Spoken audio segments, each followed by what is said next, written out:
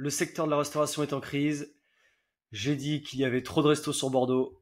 Qu'est-ce que je sous-entendais par là? C'est l'heure de clarifier tout ça.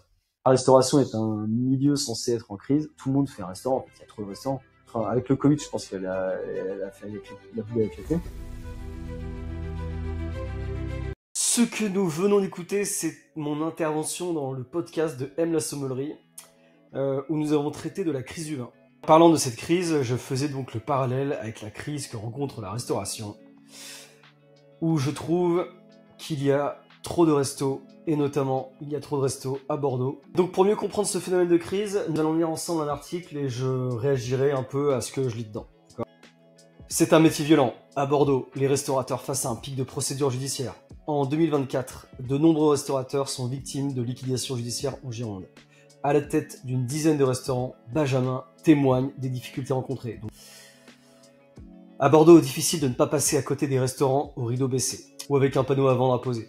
Et pour cause, le milieu de la restauration fait face à un nombre record de procédures judiciaires liées aux finances. Je ne connais aucun restaurateur qui est content et vit confortablement de sa profession à Bordeaux.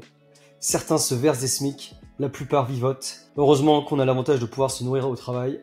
À la tête d'une dizaine d'établissements, il était en procédure de liquidation judiciaire. Donc gros soutien à ce gars qui a lancé 10 restos et j'espère qu'il va s'en sortir. Ensuite, une hausse de 32% des procédures judiciaires. Les chiffres confirment l'impression de difficultés répandues. Au troisième trimestre 2024, 461 ouvertures de procédures judiciaires ont été enregistrées en Gironde, soit une hausse de 32% par rapport au troisième trimestre 2023. Un nombre record qui est presque égal à celui des ouvertures de procédures que pour l'ensemble de l'année précédente. D'ailleurs, plus de la moitié des dirigeants du secteur des cafés, hôtels, restaurants, interrogés par la CCI, jugent être dans une situation financière difficile. Et ce chiffre a un indice particulièrement bas, moins 32 contre moins 18 en moyenne. Le chiffre d'affaires moins les charges égale les bénéfices. Et aujourd'hui, un seul de mes établissements est en positif. Alors j'imagine que s'il a besoin de préciser que le chiffre d'affaires moins les charges est égal aux bénéfices, c'est parce qu'en fait on a souvent tendance à raisonner en chiffre d'affaires. Donc le chiffre d'affaires c'est ce que rapporte vos ventes. Donc oui, un restaurant peut rapporter des millions grâce aux ventes qu'il fait. Néanmoins, ça ne veut pas dire que votre restaurant est rentable. Et je pense que c'est pour ça qu'il précise ça, parce qu'on a souvent l'image... Et puis les restaurants se vendent comme ça, hein. Les restaurants se vendent en disant qu'ils font beaucoup de chiffre d'affaires. Mais on va le voir plus tard, justement, les charges que vous payez sont astronomiques, hein. Ne serait-ce que pour l'énergie, pour la main d'œuvre. Donc merci Benjamin de nous rappeler que ce qui est important, c'est le bénéfice, pas le chiffre d'affaires. Pour ceux qui ont échappé à la crise des gilets jaunes, tout commence avec les fermetures liées à celle du Covid-19. Ok, donc là on entre dans le vif du sujet. Je ne pense pas que le Covid-19 soit le principal responsable de cette crise. Je pense qu'il a accéléré l'arrivée de cette crise, mais que cette crise, en fait, elle repose sur d'autres choses et pas sur le Covid-19. Si on prend par exemple le nombre de restaurants sur Bordeaux, il faut savoir que Bordeaux en fait a vu le nombre de ces restaurants exploser à partir d'un événement en particulier, ou à l'approche de cet événement, à savoir l'ouverture de la LGV Paris-Bordeaux en juillet 2017. C'est-à-dire que vous avez une accessibilité à Bordeaux beaucoup plus simple qu'auparavant. Donc on mise sur un afflux de touristes, on mise sur le déménagement des Parisiens sur Bordeaux. Donc vous avez à Bordeaux une explosion du prix de l'immobilier, et vous avez également donc une explosion du nombre de restaurants. En 2016, vous aviez un restaurant pour 285 habitants à Bordeaux. Et en 2023, vous avez un restaurant pour 103 habitants. On a divisé par plus de 2 ce chiffre. Pour moi, là, on est face au principe classique de la bulle qui grossit. On a repéré que quelque chose avait un potentiel, donc tout le monde va se mettre sur ce marché, en l'occurrence la restauration. La bulle grossit, mais le problème c'est que l'offre grossit beaucoup trop vite par rapport à la demande. Et donc le Covid, si on en revient à ça, le Covid, il a juste accéléré l'explosion de cette bulle, parce que je pense qu'il y a beaucoup trop de restos qui ont ouvert en comparaison du nombre potentiel de clients. Des prêts garantis par l'État sont alors accordés, le remboursement des PGE est le point noir pour tous les restaurateurs, affirme le professionnel. À l'époque, les PGE permettent de se maintenir à flot, de rembourser les prêts et payer les loyers malgré les fermetures obligatoires. Aucun remboursement n'est exigé pour la première année. Les restaurateurs ont ensuite 5 ans pour rembourser, qui peuvent être différés de 2 ans. Beaucoup ont différé le plus possible, et puis on nous a demandé de payer, explique Benjamin. Mais il s'agit alors de rembourser sur 3 ou 4 ans le prêt total. On passe de 2000 à 4000 euros par mois. Il n'y a plus de possibilité de décaler et les restaurateurs sont en cessation de paiement. Soupire le restaurateur qui dénonce la rigidité de l'État. Prêt garanti par l'État, tout simplement, le Covid arrive, les restos sont obligés de fermer, l'État se porte garant auprès des banques d'accorder des prêts aux entreprises. Pour vous donner un ordre d'idée, on pouvait accorder 25% du chiffre d'affaires annuel. Le problème du PGE, c'est qu'il a été accordé dans des conditions très simples. Vous n'aviez pas besoin de faire de business plan pour l'avoir. Quand vous êtes une entreprise que vous faites un prêt pour investir, la banque elle va vous demander justement de vous fournir un business plan. Est-ce que l'argent que vous voulez investir va vraiment vous rapporter de l'argent? Dans quelle mesure il va vous rapporter de l'argent? Au bout de combien de temps? Et vous, avec cet argent, comment vous allez faire pour rembourser votre prêt? L'autre problème du PGE, c'est qu'il n'y a eu aucun contrôle de l'utilisation de l'argent. Et vous empruntiez cet argent, vous en faisiez ce que vous voulez. L'idée du PGE, c'était de rembourser vos besoins en trésorerie, liés à la fermeture de votre restaurant. Mais si vous vouliez pas le faire, si vous vouliez investir dans du matériel de production, vous pouviez le faire. Donc pour moi, le problème que met en avant Benjamin en disant que l'État est trop rigide, non, c'est pas ça le problème. C'est que l'État a accordé ses prêts avec aucune approche de gestion.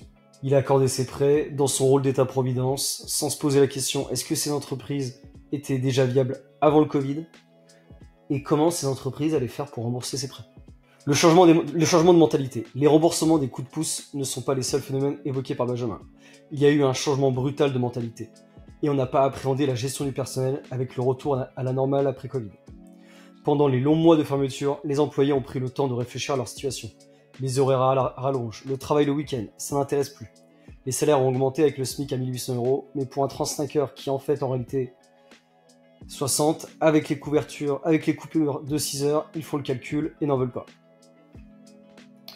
À part pour les belles adresses, ce ne sont pas des personnes formées, mais précaires, des jeunes ou récemment diplômés. Et même eux, aujourd'hui, ne veulent plus. Alors on recrute ce dont personne ne veut.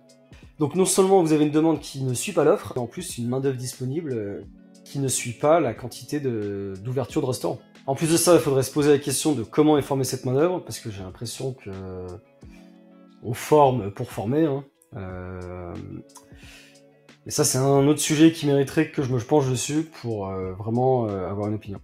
Un personnel plein de bonne volonté, mais non qualifié, qui prend 3 heures à réaliser des tâches qui n'en prendraient qu'une aux expérimentés, et n'est pas toujours fiable. Résultat, dans les adresses de Benjamin, le turnover a triplé de 20 à 60%. Comme tous les Français, les restaurateurs ont subi l'inflation des matières premières. Dans ces restaurants, Benjamin explique avoir augmenté les prix de 10%. Pour lui, la période d'observation est prolongée, mais le but est clair, vendre ses fonds de commerce le plus vite possible, et ne plus avoir de restaurant. Je ne ferai jamais plus de restauration, c'est un métier de centimier sur une assiette de 15 €. Ce qui nous reste, c'est des centimes.